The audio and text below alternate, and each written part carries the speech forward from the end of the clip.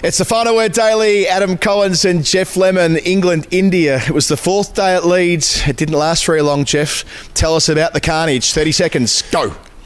I needed something decorative that would bloom briefly and then die. That's what happened to India's hopes. We said last night that maybe they could have a miracle, but probably they'd lose by an innings, and they lost by an innings. Cheteshwar Pujara got done in. The outswinger set him up, and then the one coming back in, LBW, looked for a second like Kohli and Rahane might put a partnership together, and then the wicket started to go. Robinson took 5, just kept edging them off. 3 in 3 overs. Kohli, Rahane, Pant, and then it was pretty much all over. 8 for 63. The collapse, they lost by an innings and 76. Game over, barely into the fourth day.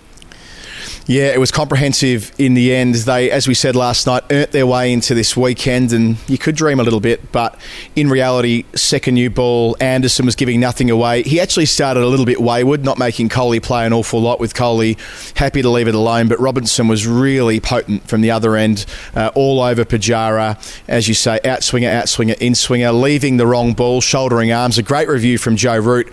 I always think the temptation with modern cricket is actually not to go upstairs with those, because we often think that, applying our pre-DRS brain, we always thought they were out, but the technology has shown often they are going over the top, but this wasn't. This was hitting enough of the off stump for Pujara to be gone, not adding to his overnight tally. That's the 6th time in Test cricket, Geoff, that Pujara has been not out overnight and got out on that score, which draws level with Jacques Kallis and Chris Cairns for the most all-time. A nice little stat for you to start the show. There we go. But no, from there, Kohli, lovely couple of boundaries to go beyond 50 and out in the same over.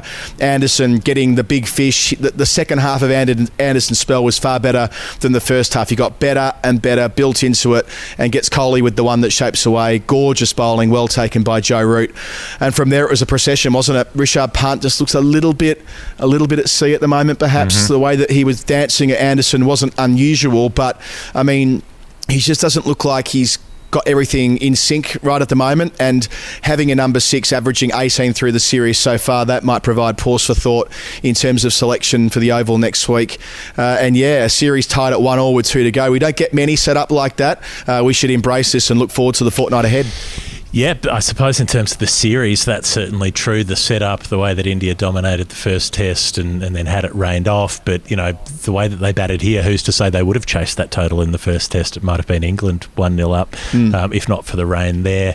A really important passage of play, I think, that we didn't talk about on last night's show because we had so many other things to talk about. But it ended up being vital that Joe Root got through over 70 to 80 with himself and Moeen Ali bowling when the light had gone. The umpires last night told him that he couldn't bowl his quicks, but he could stay out there if he bowled spin. Now, he could have elected to go off at that point because Pujara and Kohli were milking easy runs, and there was one school of thought that said, look, you're giving them runs, you're letting them build up their totals, build towards a half century in one case and a century in the other case, and making it easier for them. But the other argument was still that they were going to have to reset overnight no matter what happened. No matter how many easy boundaries they were able to score off spin the night before, they still had to reset and come back in the morning, and England still had so much fat left at their disposal that a few runs given away didn't necessarily matter. So the fact that England got to come out this morning first over with a new ball instead of coming out having to get through 10 more overs with an old ball with potentially part-timers because they wouldn't have wanted to use up their main opening quicks with the older ball before the new one became available and all of that might have given the Indian pair the chance to play themselves in. And in the end, it didn't. Just the, 6 or 8 deliveries swinging away from Pujara before the one that came back in. He'd planted his foot a couple of times when leaving balls that did go past, and he was able to shoulder arms safely. And then this next one from Robinson ducked back in, and that's what Robinson's been able to do consistently. And, yeah, as you say, it's a little bit of boldness to go upstairs when the on-field umpire has said not out, but that worked out on that occasion. And, yeah, then it was just a matter of having... It was a little bit like day one, just getting enough. There was nothing outrageous, but I thought Anderson, he ends up with 1 for 60, whatever he took. Doesn't look like great figures, but his bowling was really what set it up, the possibility for Robinson to take the wickets that he got, because Anderson, he got Kohli spooked, he had him fishing, he had him given out and then overturned for one that he hadn't quite hit after an over where Kohli was really struggling against Anderson. And that, it felt like that got the mood happening that India might have been in trouble. Yeah, and just to go back to that game management point, it was perfect even to the extent that they could have taken the second new ball last night with Moeen Ali. They might have been tempted, with spin, maybe some natural variation, but no, Root was like, no, we're going to say we're taking the new ball, we're going to bowl Anderson, thus bad luck will then play. It ended up being perfect timing. So the start of the 81st over this morning, and yeah, the way in which they were able to work them over, it was super impressive stuff. Robinson taking a 5-wicket bag for the second time in the series. He's taken, I think, 23 wickets at 16 and a bit through his test career so far. He's an absolute certainty for Australia in the medium term, but I think in the longer term, he's the natural successor to lead this attack for a really long time into the future. He's tall, he hits the seam, he's consistent, he's quick enough. That's a great combination. In terms of the way in which we saw India collapse, I think that will be a fairly significant point of concern. Look, Kohli was measured in his post-game commentary, saying that scoreboard pressure was a major input and they were outclassed across the test match with the exception of yesterday.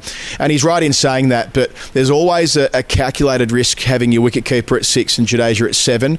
I'm not against the setup, strictly speaking. In fact, I've probably advocated for it on this podcast in the past, but they've been happy to be nimble at the selection table in the past when things haven't been going quite right. I'm not saying that Pant should lose his spot or anything, but maybe they might need to reshape the lower middle order just to get it right before the end of the series. The fact that Ashwin surely will play at the Oval, for example, that will be another input there. So a fair bit to consider in just 3 days. Well, actually, it'll be 4 days between test matches because they get their Sunday off. But yeah, back to finish the series. There's quite a lot going on. So to touch on a couple of things you mentioned there, Robinson, 4 test matches, 23 wickets thus far, already 2 5-fers. When you look at those sort of players who get off to a really fast start and get to 50 test wickets in sharing the record in 9 test matches, players like Yasir Shah and Muhammad Abbas, that's that kind of pace that Robinson's on through his first 4 tests. Yeah. He'll have 2 more in England. It probably won't be so easy once he gets to Australia, but he's started with a bang. The Jadeja question, so this is interesting. He made 30 runs today and looked pretty good and counter-attacked a bit and got out as second last wicket to fall, as has often been the case with Jadeja. It looks to me like he's not able to make the most of what he has to offer because there is so little batting to follow. So every time Jadeja's come in, he's very rarely been batting with a top order player for long. He hasn't had one of the top 6 to bat with him. He's very quickly been batting with the 8 and then the 9 and then the 10. And so he hasn't made piles of runs in that position. If you looked at his stats, on the series averages or whatever, you'd say, oh, well, hasn't done much. But he hasn't been able to do much. He's a player who could have offered so much more if he were being given support. Now, he's the 7. He's supposed to be supporting the players up the order. But as it turns out, they're not supporting him. And perhaps having Pant coming in just before him doesn't help because he's such an unknown quantity. You never know what Rishabh Pant's going to do. So we've seen Rishabh look great coming down the wicket and attacking a lot, but he was doing it when he's doing it before he's scored. It felt a bit more like desperation than dominance. He's like a Friday night guy after too many shandies. He's on the dance floor, but he doesn't think it's going to help.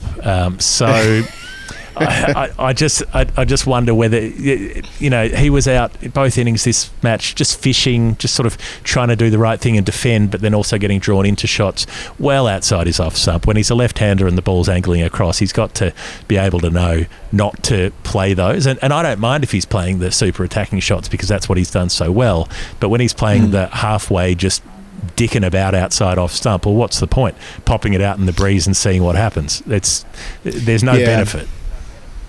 Yeah, the way I see it, kind of picking up on a point that Jared Kimber made on our radio broadcast today, is that Pant has arrived at the conclusion that if he lets Anderson bowl to him in the channel, it may not work out well. He needs to change the energy of that partnership straight away. He needs to dictate terms to Anderson's a better way of putting it. So that's why he comes down to him straight away, but a little bit rusty, out of nick with the game in that parlour situation. I think when he walked in, there was still a deficit of about 115 or something like that. So, yeah, it doesn't look pretty. And again, it's not to criticise Rishabh. I mean, he's such a fine cricketer. He's been absolutely brilliant through 2021 so far. It's just about making sure that when there are quick wickets falling, he has to find a different mode, a different gear. And today he wasn't able to access that, nor was he on the first day when he was perhaps the most profligate of the dismissals in the cordon. Caught behind just after lunch at a time when they really needed him to sort of dig in, and he wasn't able to achieve that. So, yeah, some questions to answer there. In terms of the quick turnaround in team selection, it wasn't on my radar that Josh Buttler might miss the next Test match due to the birth of his second child. If that is the case, Ben Foakes might come back into calculation at his home ground if he's fit enough. I'm not sure what the answer is to that, whether he could get through 5 days of a Test match, having torn his hamstring so badly earlier in the summer. They might give the gloves back to Johnny Bairstow. Yeah, I ponder whether Johnny Bairstow might be part of that conversation as well. And the outsider might be Sam Billings, who was the kind of backup wicketkeeper for the New Zealand Test matches. They went with James Bracey. It didn't work out, but Billings probably would have been a better option in hindsight. So, what about John Simpson? Going on. John Simpson played some one-day internationals. Pop him in there. Why not? Everybody gets John a game. Simpson, you get a test cap. You get a test cap. Well, he hasn't had a great 2021 with the red ball, but he's vastly experienced and did make the step up when playing for England, certainly as a gloveman. So I wouldn't rule it out. But yeah, the most likely scenario, I suppose, is they go to Bairstow and they're able to bolster their own top 6 by shuffling Bairstow to number 7. That's something they could pull off. So, yeah, lots of options. And Chris Woakes might be available as well. He's gotten through a second 11 game for Warwickshire this week. He played in the Blast quarter-final last night and picked up a wicket. So if they think Woakes is fit enough, he could be the logical inclusion for Sam Curran, who's just a little bit down on form at the moment. And in the case of Ashwin being back in the mixer, that's one fewer left-hander. And when looking at the way you set up a team against Ashwin, it's usually a pretty good ploy to have as many right-handers as possible. Yeah, I suppose that's true as far as setting up your own team. I was thinking maybe Woakes comes back if they want to give Anderson a rest, given the quick turnaround between the 4th and the 5th Test. Do you want to play Jimmy bang, bang, bang 3 in a row like that? But I suppose you'd have a hard time dropping unusual, isn't it? It's unusual to have 3 tests like this. I mean, usually you have a series with 2, then 1, then 2 in a 5-test series, or 2, then 2, then 1. It's unusual to go 2, break 3, like 3 at the end. So, yeah, fatigue should be, I think, part of the conversation. In saying that, the fact that they've wrapped it up with Anderson only bowling 1 spell on the 4th day, that's an awful lot better than him bowling on day 5, let's say, when he would have only had 3 days to turn it around. 3.5 days plus the extra day, or make it 4.5 days, does feel like a better balance for him if they do want to get him through all 3. I think with Anderson as well at this stage, you play him when he's ready. You know, you play him when he's hot, and he's fit at the moment.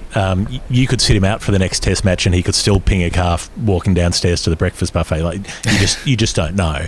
It could go any way at this point. So while he's fit, you get him in, and if he wants a rest for the 5th Test, maybe he gets one there. But he doesn't play any other international cricket, so I doubt he'll want a rest. Whether they choose to overrule him on that front is another question. But look, this is September. He's not due to play Test cricket again till December, so maybe just push on and hope for the best. But I suppose it depends on the result in the 4th Test match. And also the fact that he's nicked off Kohli 3 times now, right? So twice in this game. Big moment today, of course, the huge moment on the first day. Go back to the first bowler at Nottingham a couple of weeks ago.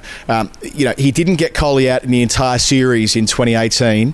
He had the wood over him big time in 2014. It's trending that way. Well, he this didn't time. get Kohli played really well today. for his. He got Kohli given out today and then overturned, but it was Robinson who eventually got the wicket. Sorry, right you are. I'm conflating the dismissal that was out then, not out then the next one. But the point remains is that he's bowling exceptionally well to Virat Kohli at the moment. So, and yes, to note that Robinson dismissal, I did brush over that earlier. That might be the most impressive of the lot because Kohli drove him down the ground, beautiful on drive. Next ball, put the length just a fraction back, bent his back. Last ball, I think the 6 over of his spell, something like that, hits the seam and gets it to really take off away from the right-hander.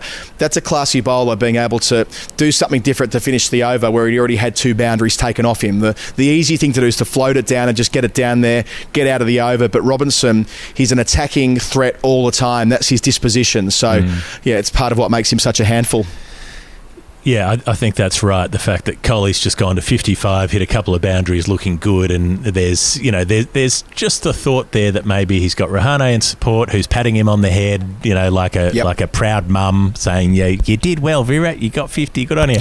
You think, well, maybe these guys go on. Maybe Kohli goes on and makes 100 today. He's looking good, and Rahane's quiet support, and then the Kohli wicket that just took the wind out of everybody else. So the importance of Robinson in this England Test team is dramatic, given how recently he debuted, very different kinds of bowlers, but sort of Jofra Archer vibes in terms of suddenly he's the most important player in the team bowling wise within 5 minutes seemingly of coming into it. So yeah, it's interesting how quickly this game goes. We finished the Lord's Test and said, well, maybe India smash them 4-0.